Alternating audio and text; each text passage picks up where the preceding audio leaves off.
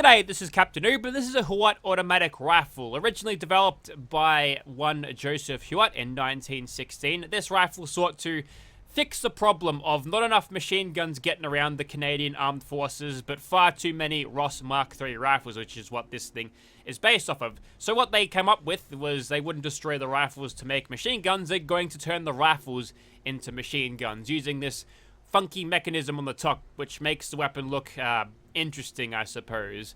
And it actually tested pretty favorably in comparison to the weapons of the days, so like the Vickers machine gun and the Lewis gun as well. But fortunately for everyone involved, this thing was never really put into combat because the war ended long before this thing could be mass-produced and sent out to the front lines. So this thing didn't really see the light of day. I think like only 5 or so were made, and you know, it's a little bit of history right there. I think it's interesting by itself, so don't destroy this gun. It's a piece of history. Alright, let's not destroy it.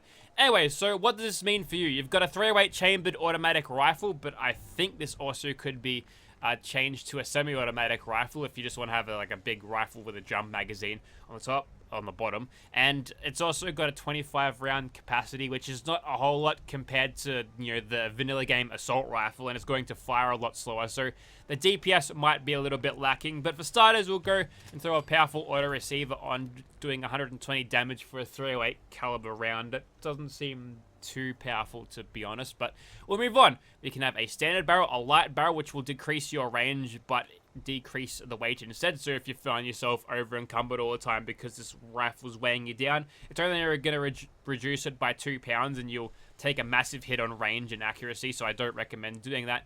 The suppressed barrel will change it just to standard vanilla sounds, but the standard barrel has custom sounds which are awesome, but you get no range penalties for a suppressed barrel and extra damage thanks to Ace Operator, which is nice. You got a full stock, you can have a marksman stock, which gives you a little bit of a cheek rest there. That just means that your scope won't sway as much when you're aiming down a scope, and a recoil compensating, which adds a little bit of a rubber pad so you don't dislocate your shoulder when you fire this thing for 24 hours a day. You can have a 24 round magazine, 36 or 48. They don't actually change the model of the magazine itself, but I'm going to take that extra capacity with a smile. We've got unfolded sights right now. You can fold them down if you feel like it, or you could have no sights at all. Or if you want to throw on some reflex sights that, you know, just are welded onto a Picatinny rail that just appears out of nowhere, you can do that. I'm going to put a basket sight on it because, you know what I said about history before? Forget it. We want all of the basket sights. There's a legendary effect if you need it. You can change the sights to glow if you're using just the standard iron sights. I'm going to do that because the sights look cool when they glow. And you've also got a damage slider here. If this thing isn't quite doing it for you, you can crank it up to just under 300 damage per shot, which I think is a far more favorable damage model for this weapon. And I'm almost tempted to do that because we've got the damage penalty of very hard, making it going to be doing half of what that is. So that's 75 before we even hit the enemies and calculate their damage resistances. So we'll see how we go. We might consider changing up the damage a little bit, and you can throw a dust cover on if you feel like it. Now, being the day and age of this weapon was created, I feel like a dust cover like that to stop all the trench mud from getting in and gumming up the works, that's a good idea. Doesn't actually add to the weight. That's just a little bit of that's a lie. Adds a little weight? No, it doesn't. Maybe this mod's unfinished, but there's a couple of things here and there that are a little bit unfinished feeling. But anyways, there's our Huot automatic rifle, Huot. Let's shoot stuff. Make some more. In order to get the Huot rifle in your game, simply go to Fort Hagen. This is the place where you go and kill Kellogg at. Map reference is just here, just to guide you. As you're looking north, you can see a couple of posters on the wall for reference. What you want to do is go inside this garage, this parking space, and then you'll find a skeleton right here over the top. Now, obviously, Mr. Skeleton over here is trying to take the Huot rifle, but he won't mind if you take it yourself. So literally just hang a left right over from this. Also, there's a famished there. Get out of here. I'll punch you to death. How's that sound? Righto, so here we are outside of the Immersive Gunners Plaza, and here is the Huot automatic rifle in first person, looking down the much badly placed basket sight there, just out of place in general. That's what it looks like in third person. I think the only problem that I have with this weapon is not with the game itself, but that thumb hole just over the top of the rifle grip, that looks very uncomfortable. Probably not a problem when you've got smaller hands, but any dude with a big hand, that's going to suck, especially if you need to release the grip or something, your thumb gets caught in. I'm not really sure what the deal was with that. I guess they couldn't figure out where else to put the automatic thing, and I had to go all the way back to halfway down the stock. Interesting. Anyways, it's got bashing animations. You can hit stuff like that. You just poke them with the front of the barrel there, which if I look down the barrel here, you can see, not well, there's a giant explosion on screen. I can't see down it. This is the suppressed barrel, obviously, using the same sounds as a combat rifle for its suppressed sounds. If I switch to an unsuppressed variant, you can look down that barrel, and it's got a bunch of sort of heat fins down the barrel there, which I think is really neat. Just shows you a little bit of the engineering to get by the weapon overheating during the countless hours of fighting they would have to do in the trenches. So I feel like that's kind of a cool thing. Obviously, when you've got a suppressor, it's all sealed up. So we'll throw a fresh magazine in, we'll get started, and we'll see how we go exactly. We'll go into this sneaky power position here and see what kind of trouble we can stir up right now. Obviously, I'm hitting the tree there instead of the turret, so we'll just leave that turret for now. And I guess we'll just get started by shooting that guy in the head, because the turret is a squishy target. It'll die to one hit anyway. But we'll try to get as many sneak criticals as possible here. We're doing okay. The recoil on this thing with a recoil compensating stock is nothing to complain about at all. A little bit of up and about when this thing's firing in its animations and stuff. Uh-oh. We've got mantises. You know what? I'm gonna VATS these spinny little bastards. You're getting a critical. You're stopping me from getting my sneak crits, and that's not good. Yeah, we'll be seeing you later, mate. Now, is there a second? There usually is two. Always two, a master and apprentice, as Yoda would say.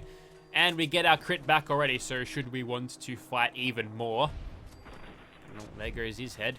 In VATS, we've got a full crit bar loaded up.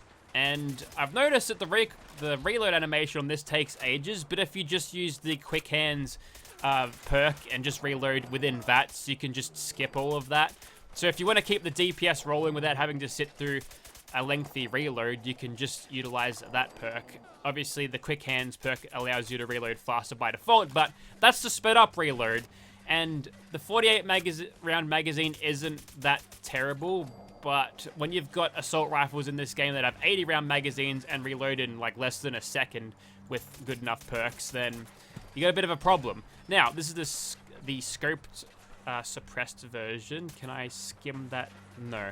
That tree is not allowing me to attack that turret. That's fine.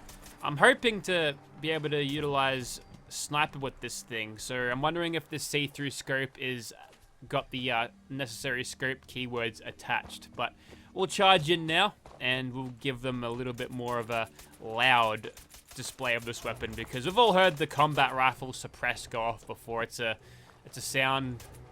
This game's been out since 2015. If you haven't heard it, then you've never used a combat rifle, which is highly unlikely.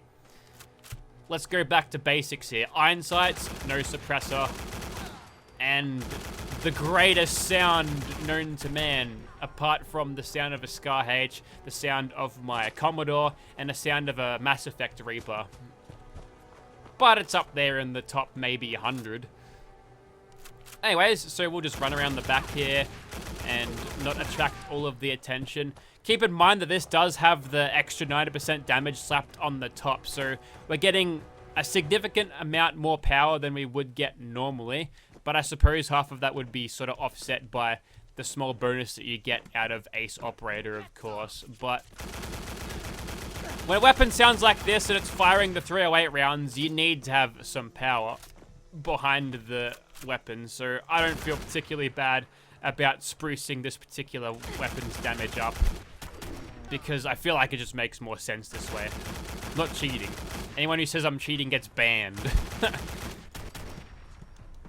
So with the non-magnification and the basically zero muzzle climb on this, it's actually fairly easy to line up headshots, provided you can get a pretty good line of sight. Now, obviously, one of the things you get out of commando weapons in Fallout 4 is chance to stagger.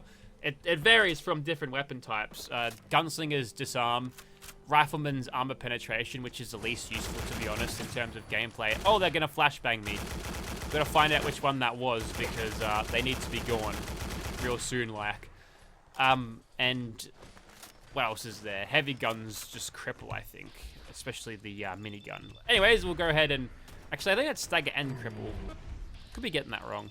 Maybe I need to brush up on my perks again. Anyway, so it looks like the criticals with this thing are doing super well. So why not get a little bit of a gun fu streak happening here? We'll get 4 crits in a row and all of the gunners. I can't believe how many there are. I counted a lot of gunner kills before. Only one of those bullets hit for a crit. That's probably the luckiest gun you've ever seen. That guy, unfortunately for himself, didn't take cover behind anything. Am I being shot from behind? No, I'm not. It's fine. If you feel like the sights on this thing are too intrusive, you can always just fire this thing in third person. And as soon as I get the magazine in, very controllable weapon. Love it. Feels strong, sounds strong, and I'm not wrestling with the weapon while trying to fly it. And that was a bloody mess proc right there. Anyone who's never seen the bloody mess trigger multiple blood explosions at the same time, you've just seen it now. After all these years, that might be a first for someone. You gotta be switched on to be able to point it out, but it happens. Obviously, the likelihood of this happening is greatly increased when you're fighting more gunners in the game spawns normally, but that's fine. I just realized I haven't used the unsuppressed version with a scope, so we're going to foolishly use this thing for a door breach maneuver, but you know, it's a rifle. All the vets used to say they like using the Browning automatic rifles because you didn't have to be good, you just walk in and shoot them. This is kind of the same thing. I don't have to crank a bolt every time I fire, like if I was using, say... Who keeps blowing me up? Who's using grenades? Oh, you've got a thumper. That's not good. Anyways, yeah. I don't have to crank the bolt, the straight pull bolt, for the Ross Mark III, and there's what it looks like in first person without the dust cover, if you're wondering. Don't worry, none of that radioactive Commonwealth dust can get into this. We'll just give it a quick dusting between combat. Anyways, that there was Gunner's Plaza, and it's done pretty well. Granted, I did crank the damage up, but I still feel like this thing did an adequate job, and for a weapon, it sort of fits sort of end game if you crank up the damage, but if you feel like it's too much, just don't do that at all. Simple. Let's move on. Alright, let's hunt down the mighty swan once again. We'll make sure this creature that's in here is dispatched of, but let's see if we can get a sniper proc to make him fall down. It's not looking good. We've got a decent chance to do it when we've got a rate of fire quite like this. I'm going to speed up this reload here. Not for us, but in terms of like game time, 1-to-1 game time, that was just an instant reload. We can just keep backing off until he dies, I guess. Why not? I haven't really used the scoped version so much, so before we get detected, hopefully we'll get a couple more sneak criticals. Never mind, it's on. Let's go and we'll start this fight normally, and then we'll just play ring around the rosy with this, I suppose. Is that gonna work? Maybe. I think it is, because the game thinks he's within attacking range, but he's gonna get stuck behind that little guard post there. Only problem is, he's a little bit faster than me, so we should probably, like, not let him attack me over and over. We could weave through the trees here. That's a good option. We go back into Nerd Rage again for that slight damage boost, but I don't think that'll be necessary. We've got ourselves pretty good cover for his little rock slides, or whatever it is. And now I'm swimming. Great. Now. Shut up, phone. Don't talk to me, Twitter. Just go that. I'm gonna toss the phone across the room. Yeah, you do that reload in third person. That's what it looks like, by the way. Didn't show that off yet. Now I have. Cross that off the list. Almost gonna cross Swan off the list in a second. And he's attacking something. I don't think he's near. Oh, he's throwing a rock. I thought he was swinging his big old hammer. Not quite. Now, we've got to make sure he doesn't get a nice clear run at us. We can take a few rocks, but if he gets too close, then I'm going to have to stand here and hope that Vats will get the job done. I might actually add a critical or two in here just to seal the deal. We've got 2 more. We may as well use them. Yeah, this finishes off with a critical or cinematic-like, I suppose. And he goes down. Now quickly back off before he falls on top of you. Never mind, he falls backwards. That's the power of the 308. You might slightly nudge a super mutant behemoth over in the other direction and not crushing yourself upon victory. Oh, it's a bighorner. I can't tell if these are creep or acute. I can talk to it? No, I can't. Oh, they even gave it the animations. Yeah, you eat up. I installed a mod that makes the Commonwealth have more grass in it, so you'd be in good shape there. Where's the rest of your herd, by the way? Oh. Oh, you want to fight, do ya? Yeah, bring it, mate. Actually, I think those guys can ragdoll you if you're not careful, so got lucky there. Not that he'd be able to do that much damage anyway, but oh well, may as well eat him now. Don't want him to die for nothing. And speaking of dying for nothing, let's kill a ghoul and not loot his corpse. Alright, so we've dimmed the lights by letting the sun go down, and now we can be all sneaky-like. And there's a bloatfly over there, just got slain by a feral ghoul reaver, so we'll quickly finish them off. But I want to address something that I saw in the comments of the last video. It's a pretty common thing, I would have thought, and I was very disappointed in everyone, because in the last video I was playing as the Cyber Winter, which is just a winter with synth eyes, a robo arm, and a robo leg, and there's a lot of simping going on there, and that's not good enough. I thought you guys knew that synths are an abomination and cyborgs are creepy and weird and not to be messed with, but no. Listen, you need to do better. You need to get your act together, alright? Anyways, so that there was the Huot automatic rifle, and I've had a blast with this thing, and so did that ghoul over there. He had several blasts with it, and it was too much fun for him. He just couldn't handle it in the end, but it's a solid weapon mod. Good animations, good sounds if you've got it unsuppressed, and the quality of the textures and the models are really good. You could probably... I don't know if this is ported from somewhere, but if it's not, they did a good job with it. So if you'd like to see this weapon in your game, check out link in the description. It'll be down there, and if it's on Xbox, I'll have a look around for it. There'll be a link if there is an Xbox port on this. Thank you very much for watching. See ya, bye.